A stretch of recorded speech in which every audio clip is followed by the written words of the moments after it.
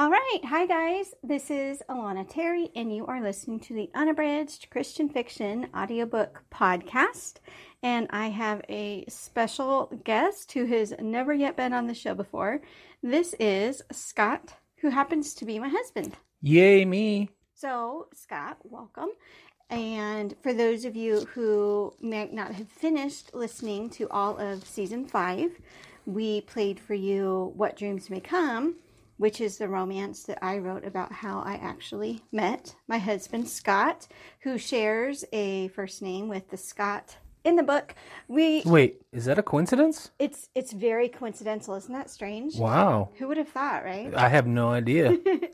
So, if you have not listened to the entire audiobook of What Dreams May Come, you might want to finish that. Although, unlike some of the other after shows that I've recorded, this one's probably going to have fewer spoilers about the audiobook itself.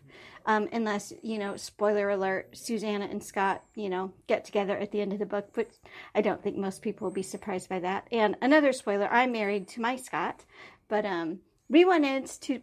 I wanted, and I asked my husband, and he wonderfully agreed to come and have a conversation with us about how he and I met. We met?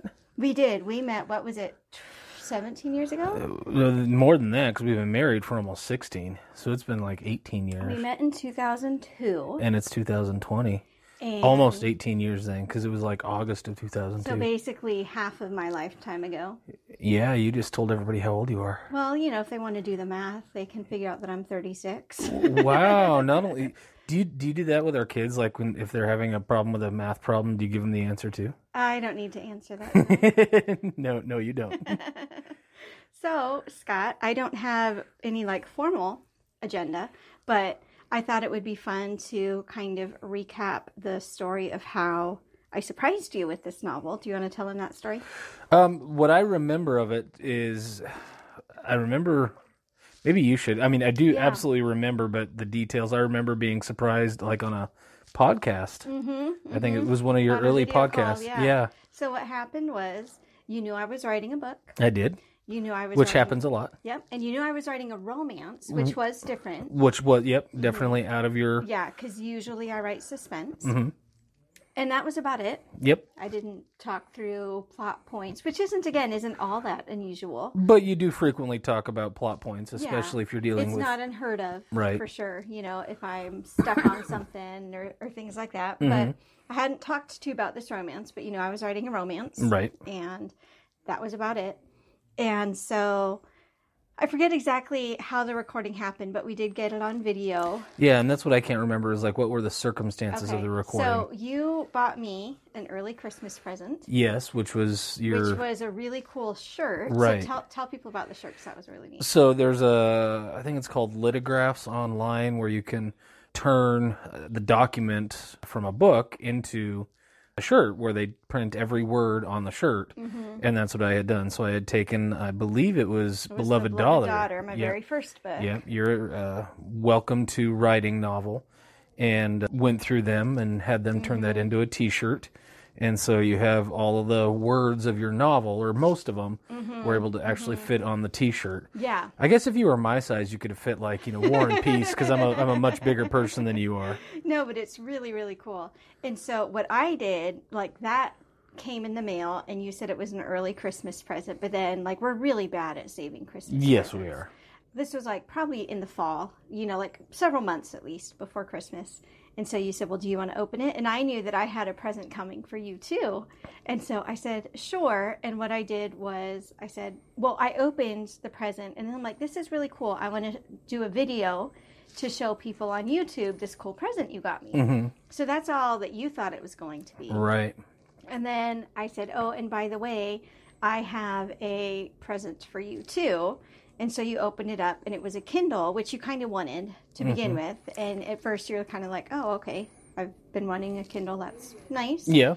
And then I forget how I told you. I think the book was already downloaded on there. Yeah, you said, go to the first book or whatever it was, and it was your novel. And read the description. Yeah. And when you read the description, which talked about a girl named Susanna falling in love with a guy named Scott, whose job was to recruit her for this missionary trip, then you kind of realized what was going on. It was very eerily similar Yes. to how we met. Because you were my missionary recruiter. Yeah, I was. It all started with an email. Yes, so tell people about the email. Well, Or do we need to back up and talk about Russia? No, I'm gonna. You're So, amana? yeah, so I opened up my email, and it said, I think it said like Russia trip, and I was like, oh, okay, this is interesting. And I opened it up, and the email said, "Hello, Scott. My name is Alana Terry, and I'm interested in going to Russia with the organization that you went with."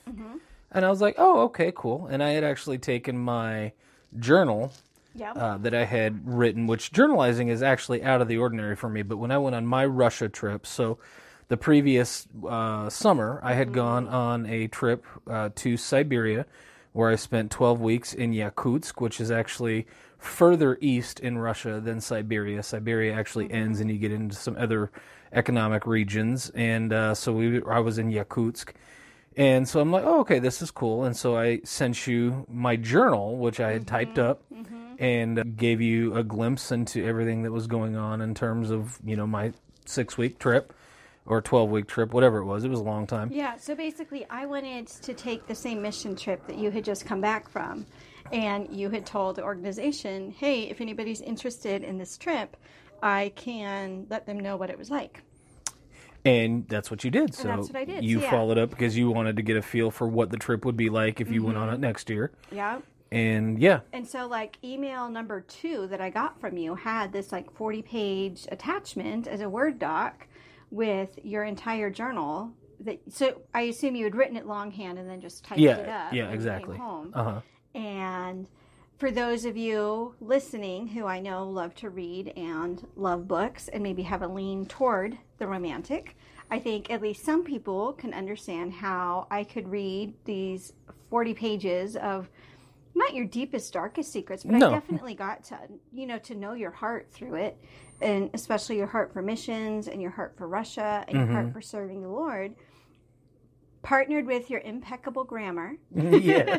Yes. And I was kind of hooked from the time I finished reading your journal. I was hands down in love with you. I had you at hello. You had me at correct comma usage. And Scott and I joke about this all the time, that like really it did make a big difference. He was very well written, which again, some people would be like, why does that matter? But I know that you guys listening, since you love books, you guys can follow me. You can get it. Speaking of loving books, there's another kind of funny story to how we met, which would not have happened if it had not been for Crime and Punishment. So you mentioned the Russian novel War and Peace, which I have read, but my very first Russian novel I ever read was Crime and Punishment.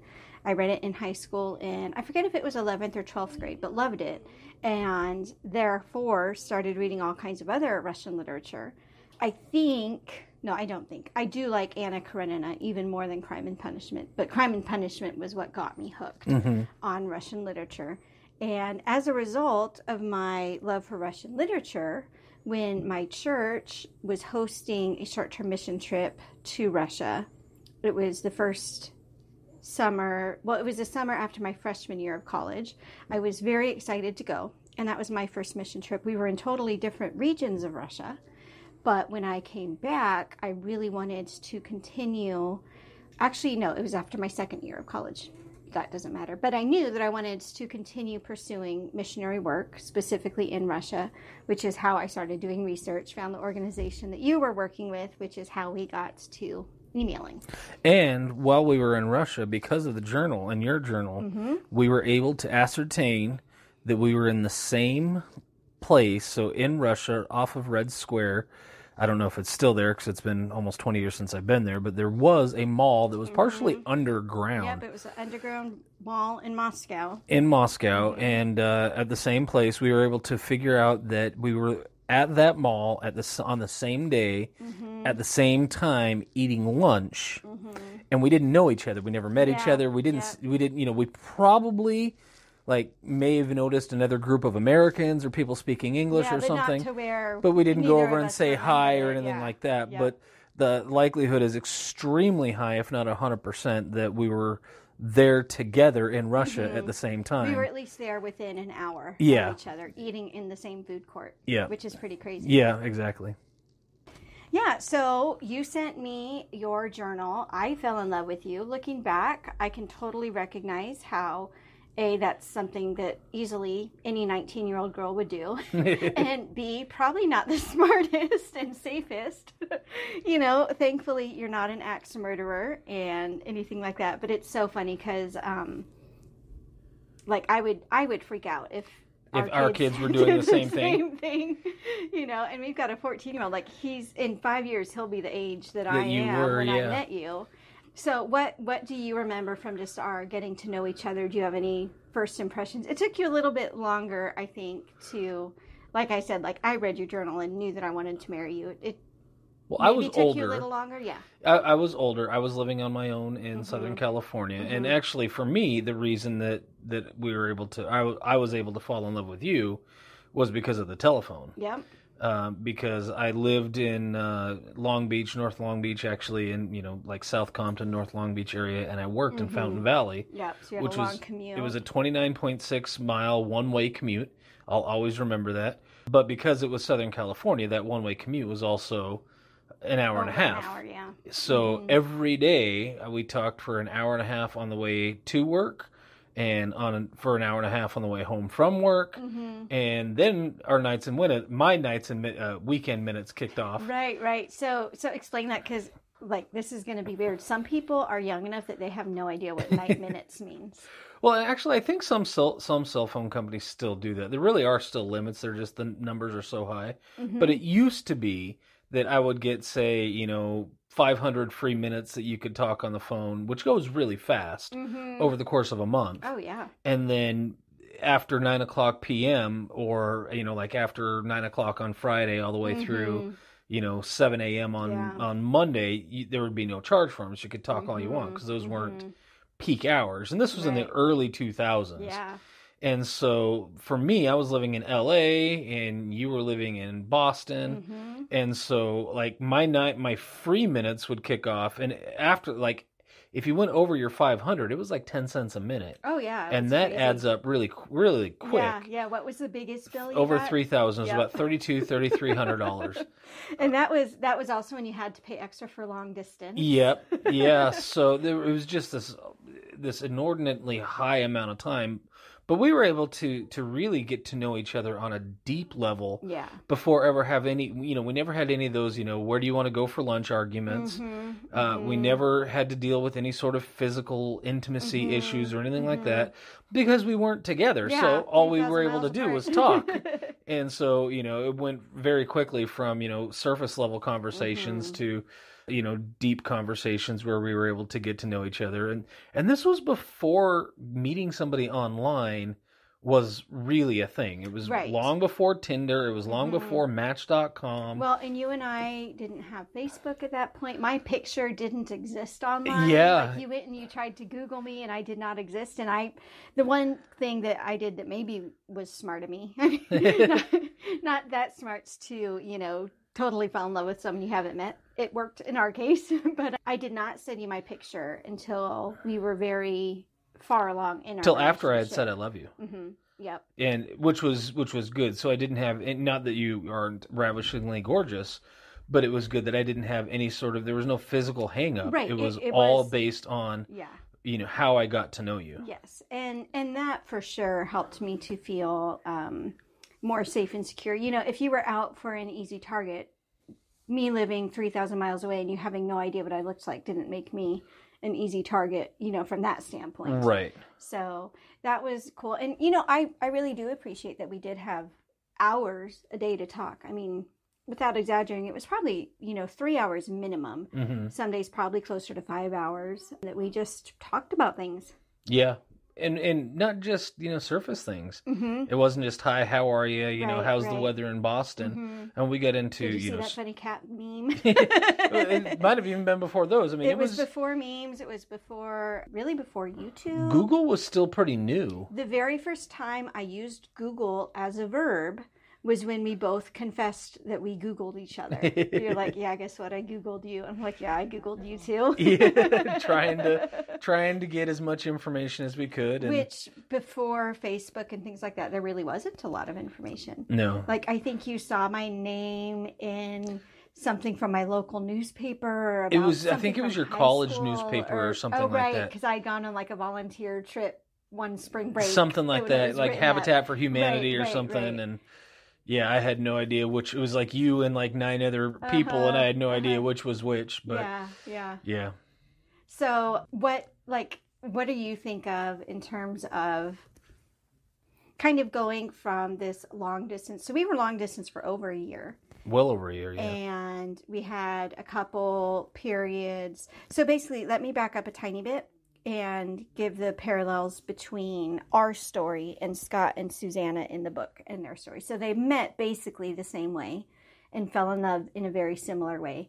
And then in What Dreams May Come, Susanna's got this entire other dilemma going on in that now that her mother has passed, she is the sole caregiver for her adult sibling with disabilities. And so she's always wanted to go on the mission field, but now she can't. And so she doesn't want to keep Scott in the novel. It's weird with you both being Scott.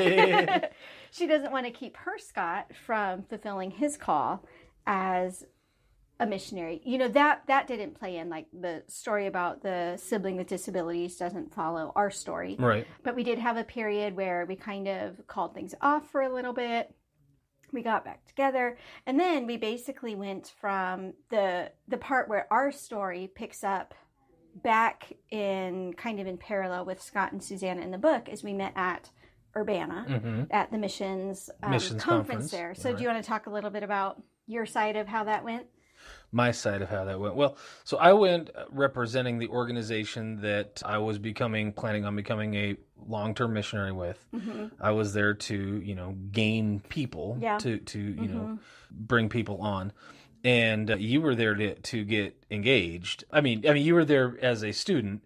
And so now, in this, I have to tell people how it is. Okay. You realize I have to be completely honest. Oh, you're going to tell this story. I have to. All right. So I'm there. I'm helping my organization set up our booth in the exhibit hall, and if you've ever been to Urbana, at the time there was 5,000 exhibitors there. So it was all these booths and people moving stuff around and, kind of a festive time. And my beloved here was joining with her church. I think it was her youth group or her college group or something like that. And she called me and said, well, I'm here. I'm at the registration building. And I went, oh, I'm right across the street. And we hadn't planned on actually meeting in person until the next day. Right, because I knew you were going to be really busy with setup. And you were going to come and find me. Registration was really crazy. I mean, it's tens of thousands of people. It is, yeah. Very overwhelming. Do you remember I got lost that first night and you had to come find me? It was a pretty crazy time. But I'm there and I'm like, oh, okay, well, I'll just, I'll come over and hang out with you for a little bit. I have some time. And so I was talking to you on the cell phone. Yeah. And you were giving me... Not smartphones. What do we have? I don't think I even had a flip phone. It was just like old Nokias or something. Yeah, or Motorola, did they do something? Yeah, it was just one of those old school... Yeah. I mean, this was the early 90s. Yeah. Or early 2000s. Yeah. And so I just kept you on the phone. I'm like, okay, what door did you go in? And, which way did you turn? And to set the scene, this is on a college campus... in an auditorium. I think it was where they did their basketball sports or something like that. Yeah, there were bleachers and there were 2,000 people in the room. Thousands of people in the room at that moment. Yeah. But eventually I was able to kind of track down which direction and I said, make sure you stand up. And so I came in and I saw you and I said, I'm looking right at you and hung up the phone. Yep. You had no idea. And I still didn't know which way you were coming from. Yeah. So all you knew was that I could see you. And nobody else could, or you couldn't see me. And so I eventually made my way over to where you were, and I walked up the aisle, and we had met eyes at this point. And I walked up to the aisle, and you were sitting in the fifth seat in from the aisle, and you looked at me. And I've loved you ever since, and we've had a great relationship. Yes, Thank right you after you turned away, looked straight forward, and sat down and then wouldn't look at me again. And I mean, I can understand. I mean, here you are, you're probably 20. You weren't even 21. It was before your 21st birthday. And you know, I come in and I'm standing there. I'm like, well, aren't you going to at least come and say hi? Well, you know what it was? They had this like video orientation and it had just started. And I'm such a rule follower. Yes, you are. That I'm like, oh, I guess I need to watch this and then I can say hi to Scott.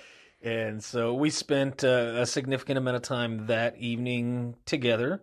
Were there any surprises? Because at that point we hadn't met. We'd really only seen a couple of pictures of each other, but we, you know, talked for 4 hours a day on average. Did anything like, wow, I didn't expect that? I don't think so. I mean, I think by that point I had gotten, you know, I'd gotten to know you really well. Mm-hmm. I knew who you were, and yeah, I don't think there was anything that was surprising. Yeah. And that was December 27th, 2003. Wow. And so we spent as much time as we could together. We went, you know, did dinners together. I think it was 2002, wasn't it? Yes. No. Because I graduated college in 2003. You know, and we got married in 2004. Yeah, I was done with college. I might be the first person in history who got their anniversary correct instead of his wife. But exactly. Sorry. But yeah, so we had spent as much time as we could together. I was working, and so I mean, I was somewhat limited. Mm-hmm. But for the most part, you just hung around the booth with us and gave random people cards, random students who were there. I wrote you a bunch of love letters. Yes, and gave them to random people to give to you. To walk up and say, "Some girl asked me to give this to you." And then my listeners will think it's sweet. You think it's weird, but they're going to think it's I do not think it was weird. I think it was very and you only give it to girls to give to me, and they all giggled as they walked away, or they're like, "This is so sweet." If you didn't remember that, I would have totally forgotten that I even did that. I will never forget that. That's funny. And then on December 30th, I picked you up. I picked you up at the dorm that you were staying at, and we went walking. And it was this really nice. It was in Chicago, or outside of Chicago, in Urbana, Champaign, Illinois, and after Christmas, between Christmas and New Year, and it was like 50 degrees and sunny. It wasn't cold. It was really warm, and we were just, you know, walking, and it was like this really nice kind of park-like setting.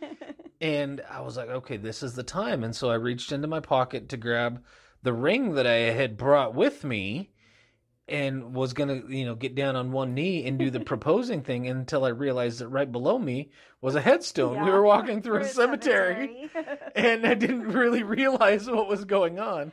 So props to my husband for not proposing in a cemetery. Yes, yeah. It's that would have been very bad.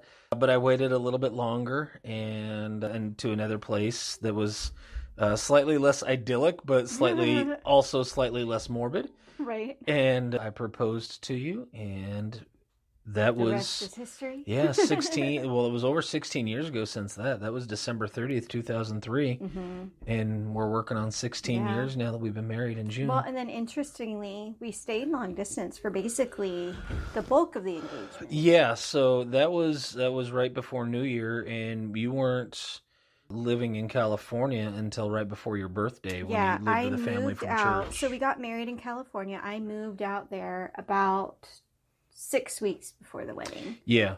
And just to make it clear, you did live with an old couple from church. So no, we didn't live together before we were married. And that is important for a lot of people to realize. Yeah, so you moved out to California, stayed with the older couple there, and we're still in contact with her. He's since gone home, and gone home to be with the Lord, and she still writes us like clockwork every single Christmas time and anniversary, and I am absolutely certain she prays for us every single night, because that's just what she does. And so that was, as you said, the rest is history. So did you have, because it is a little abnormal going from totally long distance to like we met face to face and 3 days later we're engaged, and then 6 months later we're married. What would you say were some of the like adjustments that had to be made just due to the circumstances surrounding how we met? Well, I don't know if it was as much circumstantial, just the fact that, I mean, I don't want to use the word more mature, You had like a decade more life experience. Yeah, exactly. I mean, I had been living on my own since I was 17. I had been paying my own way. Yeah.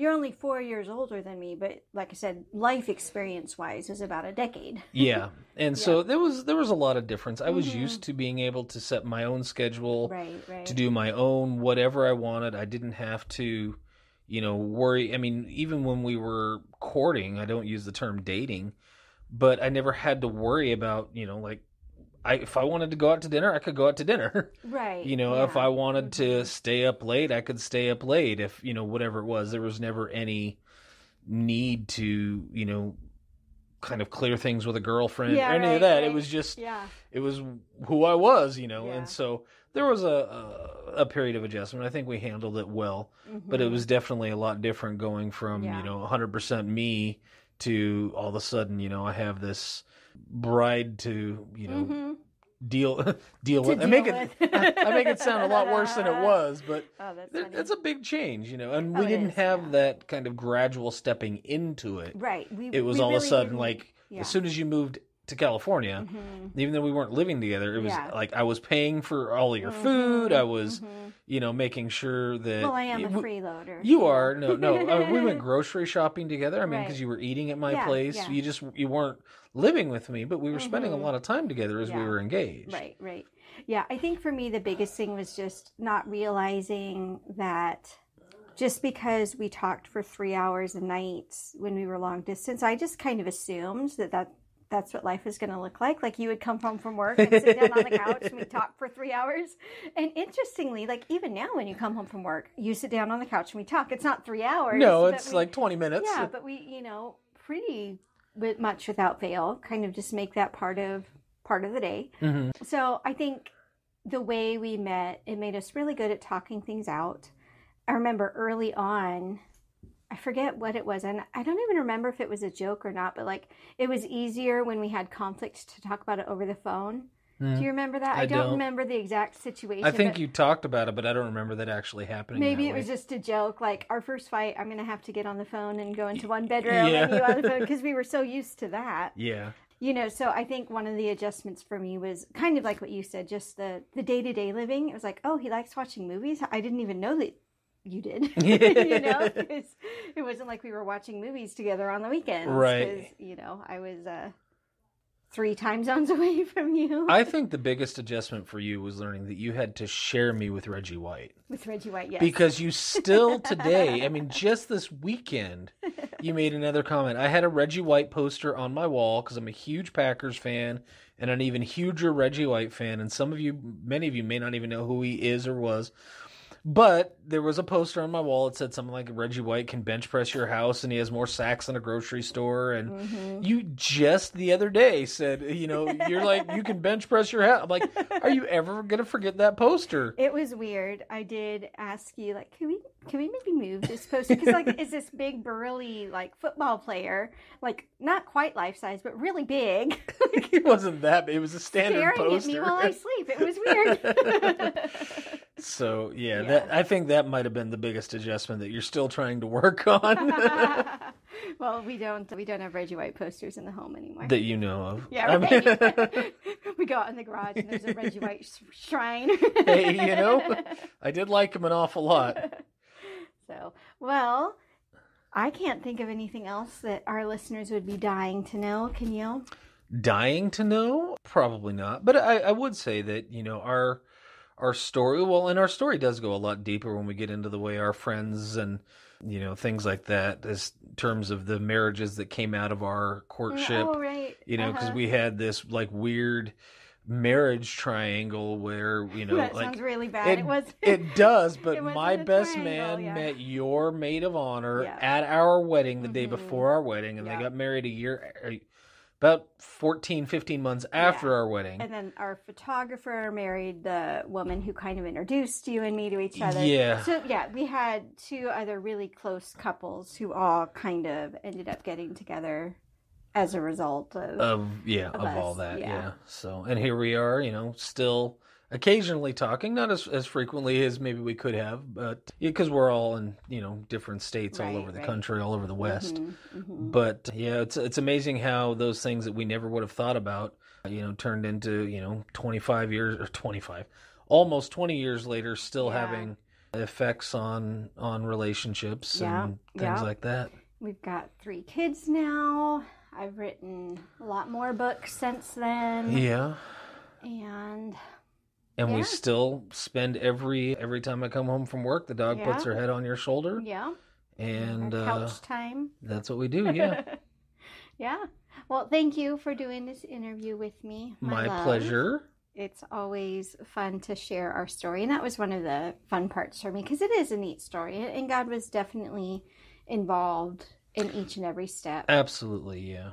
It's, it's very clear that this was literally a match made in heaven. And that, even I think about the weekend that I started researching mission trips and found the organization that paired me with you. Yeah, you were like homesick from something. I was supposed to go to a church retreat and had a little cold and decided to stay home. And social distancing. I social distanced before it was cool. Yeah. Even that was very much, so clearly God's timing. Providential, absolutely. Yeah, the way we met, I think that had we met face to face, we wouldn't have really had much in common. No, I agree. Because I was still really young. I was, I was going into my last year of college, but I was only 19. Like, I turned 20 and like a week later graduated college. So I was still very young in terms of life experience and just chronologically. And you were, like you said, you had been. I was a guy of the world. You were an adult. I still thought of myself as a kid, and I was. I think I would have been intimidated by you had we met face to face. Yeah. And so I think the way that well, it came and just about, even the way we spent our time, like you mentioned, watching movies and things like that. I mean, that wasn't something that you did, and it was something that I did. So we probably wouldn't have, even gone on a date. Right. Because it just... You would have been like, hey, you want to go to a movie? I'd be like, why? Yeah. You'd be like, why waste our time on a movie, And so, I completely agree. We've talked about it before. We never would have ended up together had we followed a more traditional style of courtship. So Yeah. So that is the story of how Scott and I met, which is, again, pretty closely how Susanna and Scott met in What Dreams May Come, which you can listen to in its entirety as season 5 of the Unabridged Christian Fiction podcast. I'm not entirely sure what book is coming up next, but I often will let the members in our Patreon community put that up for a vote. So if you want to make sure that you get to help pick which audiobook is coming next, you could sign up at patreon.com/Alana Terry. And again, this is my husband, Scott. Oh, if you guys want to hear more from us, we have a podcast we do together every week called the Level Up Personal Development Podcast. Yep. So that might be a fun one if you just want to hear more about what we're doing. We talk about health and fitness and creativity and just different ways to be your best self. And I guess that's it. Yeah. So thank you all for listening. Thank you, Scott, for being my husband. My pleasure. I am very, very happy to do it. Thank you for letting me read your journal 18 years ago or whatever it was. Which we don't actually have anymore. That's sad. Yeah, I don't even know if it exists anywhere. Yeah, I don't know either. I forgot what thank you for having such good grammar. Yes. Because that really is what got the ball rolling. I'm glad I taught goodly. Thank you to Mr. Dostoevsky for writing Crime and Punishment. Fyodor. So that I could go to Russia, so that I could meet my husband. And thank you guys for listening. We hope that you're staying healthy and safe, and we'll talk to you soon. Bye-bye.